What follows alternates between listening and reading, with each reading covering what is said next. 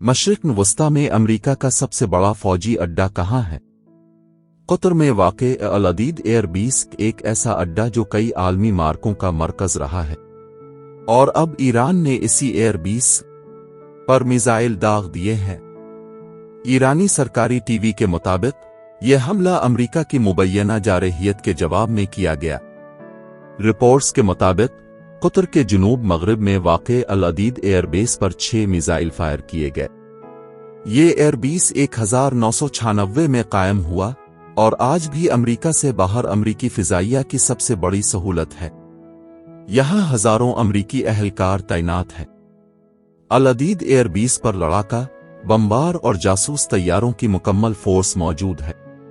यहां जदीद तरीन हथियार, गोला बारूद और जंगी टेक्नोलॉजी के खजाने छुपे हैं। ये एयरबेस दाइश के खिलाफ कार्रवाइयों में भी इस्तेमाल होता रहा है। 2016 में भी 52 बमबार तैयारे यहीं से उड़े थे।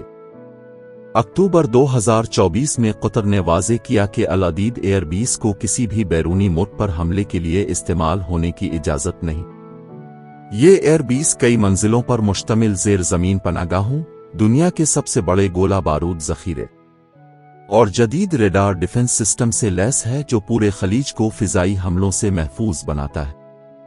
यहां से यूएस सेंट्रल कमांड और एयरफोर्स सेंट्रल कमांड दुनिया भर के मिशंस को कंट्रोल करती हैं। अमेरिका और कतर के दरमियान इस एयरबेस को लेकर मुआहदा मजीद 10 साल के लिए बढ़ा दिया गया है।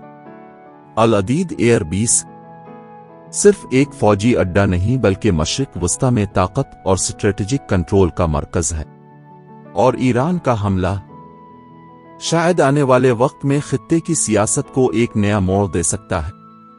उम्मीद है आपको ये स्टोरी पसंद आई होगी। कमेंट में अपने राय का इजहार करें और चैनल को सब्सक्राइब करें।